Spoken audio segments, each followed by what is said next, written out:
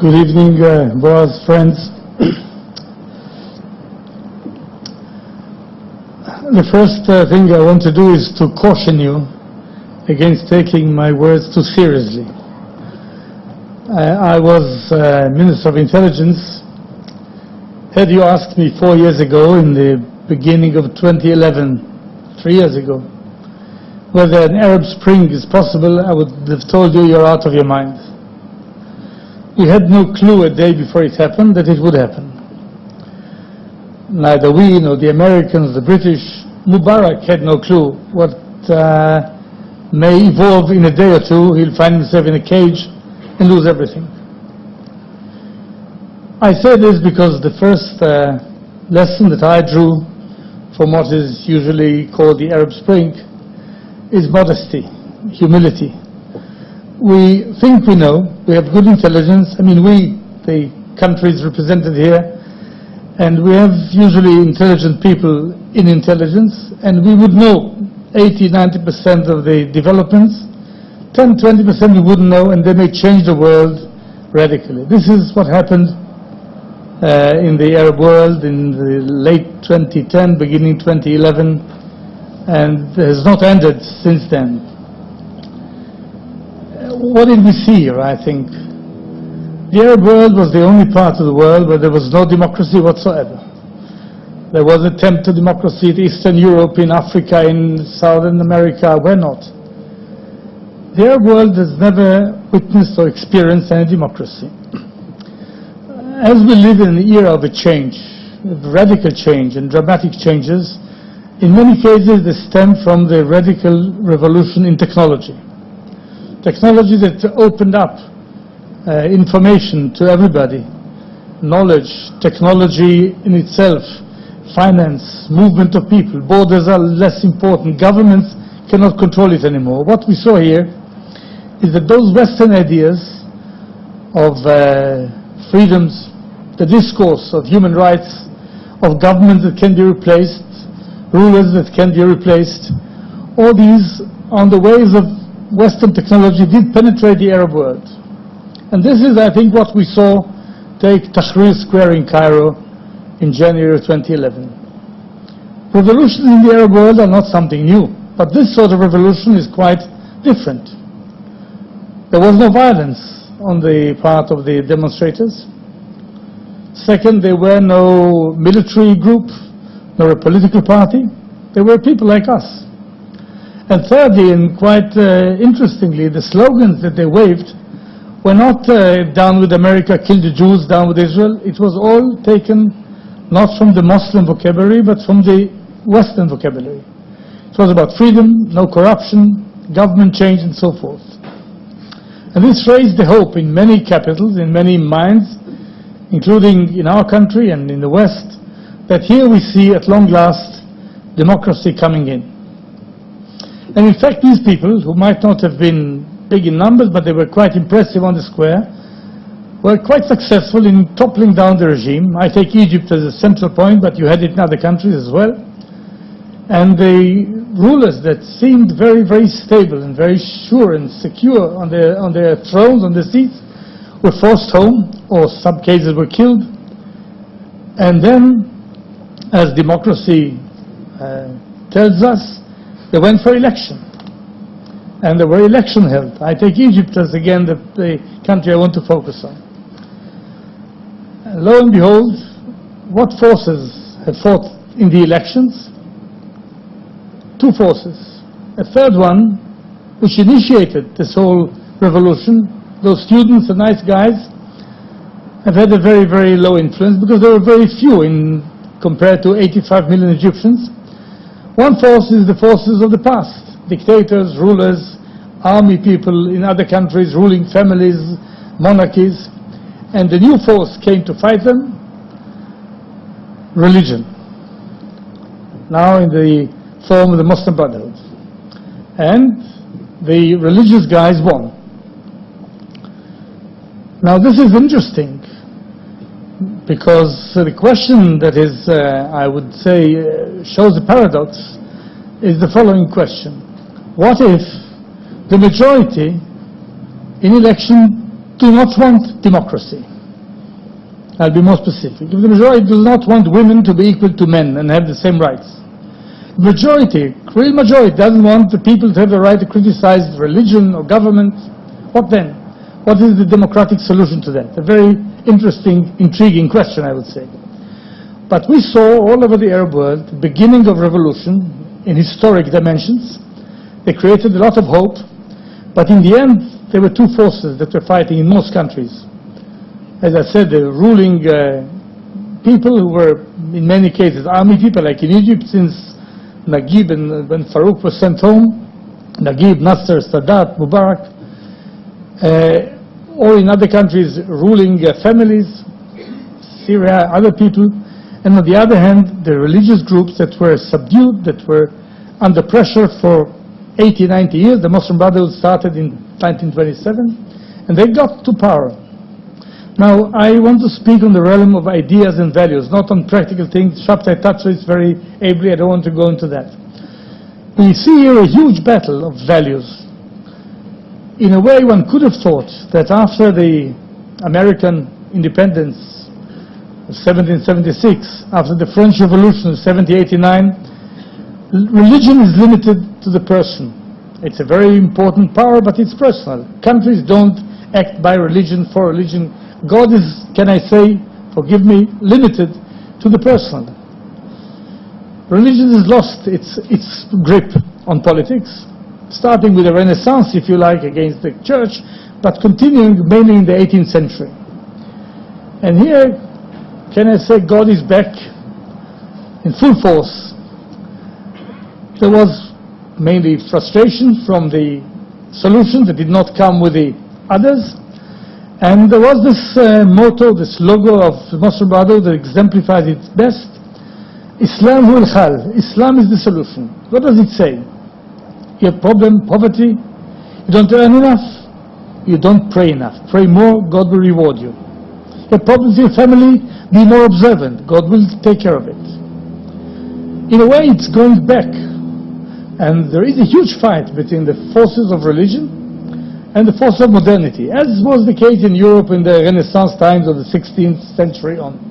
And you see it all over the Arab world, and we saw Iran in 79, after a regime that was dictatorial, Shah, but still pro-Western, quite open. You had the Khomeini people, religion is the upper law, and we all wait for religion to do the job for us.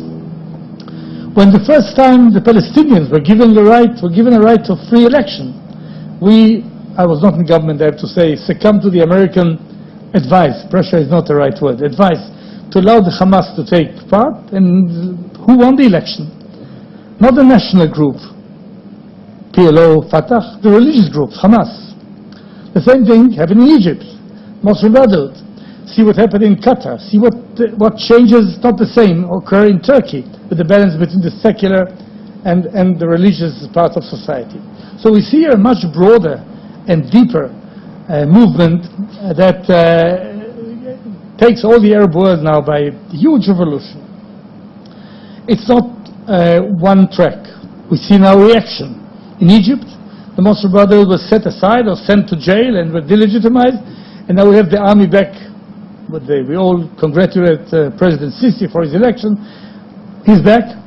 In Tunisia, they found a way to compromise the secularism of the French tradition, laïcité, like what they learned, and the words in the constitution about the religion to be defended by the government. We'll see what happens there. So I want to stress that religion became an important player, not only in politics but in the identity. For many people, they are first Muslims and then Arabs. They are first Shiites, then Iraqis. You see two Shiites, one Arab, one non-Arab, Nasrallah and Khamenei, but they are allies because it's more important than the other identities they developed. It's in a way a weakening of the pan-Arab nationalism that has been developed by Nasser, the particular nationalism of all countries, and religion becomes more important, tribalism becomes more important, and this we see happening. Now this comes along with what technology brought us in a different field. Technology empowered individuals. People can see and get information and have access to things they've never had in the past. They became much more powerful than ever in history. We as people who believe in the individuals, in human rights, love it. But the bad guys, so to speak, those who we think are bad, got much more powerful as well. And what does it make? It created a scenery where the players are not just states. What we call non-state actors, individuals, groups, became players. If you speak of the number of enemies you have, America had the Soviet Union, one, maybe China. Now there may be, like Al-Qaeda, 10,000, 5,000, how many? You don't know. You'll find, in retrospect, you had information, but individuals can cause a lot of damage that countries couldn't do. Proximity, vicinity is not important. New York, Manhattan was not attacked from New Jersey, it was attacked from Tora Bora in a way. So you can't say I limit myself to my neighborhood. The number of enemies grew, the potential of damage. We saw 9/11. Think of the cyber terrorism. You can sit in a place in Australia and attack Norway, if you do it right, if you know how to do it. Think of those who sent envelopes with anthrax whenever after 9/11. I remember this. So we see a different world, a change that is quite dramatic in the number of players, in the threat, the challenges that we face. So in the beginning there was some naivete. I bless the American naivete because it makes the American usually better people, believing in the good heart of mankind. But I remember the mistakes that I saw when I saw Americans thinking that if Mubarak goes home, and they helped him go home, you remember, you have to go now, you have to go now, that new Thomas Jefferson is going to land on the Nile and build a new republic. But something else happened. It took time to understand this. We want to be on the right side of history, was what I heard. I think, again, I'm not blaming anybody. I'm describing a process that I understand. But now I think we are all more sober and see that we are in the eye of the storm. It's not over. As I said, what we have to be is modest because we don't know what will develop. But this other thing we need to know is we certainly have instability. We don't have a stable Arab world around us. It's a huge revolution, and we will see the end of it, if there is an end of it, in years to come. From one perspective, Israeli perspective, look at our neighbors. We are much better off. Where is the Syrian army that was the main threat to Israel? Where is Hamas that was so happy with Morsi now left alone? Hezbollah has troubles all over the place in Syria. Jordan is solid and a very good ally. Egypt is back in place. We are much better off. But the new dangers developing need to be taken seriously in a different way. And I think we see a beginning of a different approach to the new world. I'll end with this because we have no time to expand. I say something that's a bit superficial, but let me say it anyway. The old ways in which all of us wage wars may have been exhausted. America waged two major operations or wars in Iraq and Afghanistan. Israel had two operations in Lebanon and in Gaza in 2006-2009. I want to speak of these two. The first reaction was shock and awe, how great America is. But then when you use force, the second thing is you expose the limits of your force as well. That's all you can do. Now creep out. Minimal number of casualties, good enough. You didn't leave Iraq as a happy, prosperous country, or Afghanistan, or Gaza, or Lebanon for Israel. But there is a problem. What do you do with that? One can't be, as President Obama said, the police of the world, but the problems are not in the Pacific. They can come from other places, in Yemen, in Pakistan, wherever. So we see, I think, a beginning of new warfare. Boots on the ground have lost their legitimacy at home. And for good reasons, maybe. But you need to do something. Think of the use of drones, unmanned aircraft, that are very effective, whether they are used by Israel in some areas, or in Afghanistan, or Pakistan, or Yemen, or other places. But it's a different paradigm. In the old days, the rules of war that we know, Geneva, Hague Convention, say you can kill millions of soldiers. It's fine, as long as they are soldiers, until you get the king or the head of the army and kill him. That's the end of the war. Now you don't need to kill so many soldiers. You can hit the target if you know where it is. It's the SEALs that can do it with bin Laden, it's a drone that does it somewhere else. You don't go for masses. Think of something else. Economic warfare, where America is much stronger, has done a job, I don't say the job, a job with Iran more than anything else. And the last thing that is very interesting, economic sanctions that are aimed at individuals, not at countries. People around Putin, billionaires, are sanctioned. So it's an individualization of the war, not the masses. It's a different warfare. Why? We don't have money and the ability to fight the old war. They're not relevant anymore, but we need to find new ways to cope with terrorism and so forth, and not only terrorism. And I think there, the importance of intelligence grows immensely, and the precision-guided weapons importance goes immensely up. And then you need to find new paradigms. How do you deter people like this? How do you make the world cooperate against countries who harbor terrorism? What I want to say here is that we see here a huge change. We're in the middle of it, and we need to look at it very carefully. I know that it may be mistaken, but it's a huge change, not the end of it, and it will call for using new methods, new ways. The old ones may be obsolete, to try to continue and protect ourselves against these threats. I believe we can do it. I think we've done it so far so well, and we can do it better in cooperation between all those countries that are threatened. And of course, Israel, Europe, America, and some others are on the same side. So I don't see just a black, dark picture of threats and dangers and Shoah. I don't want to use what other people use.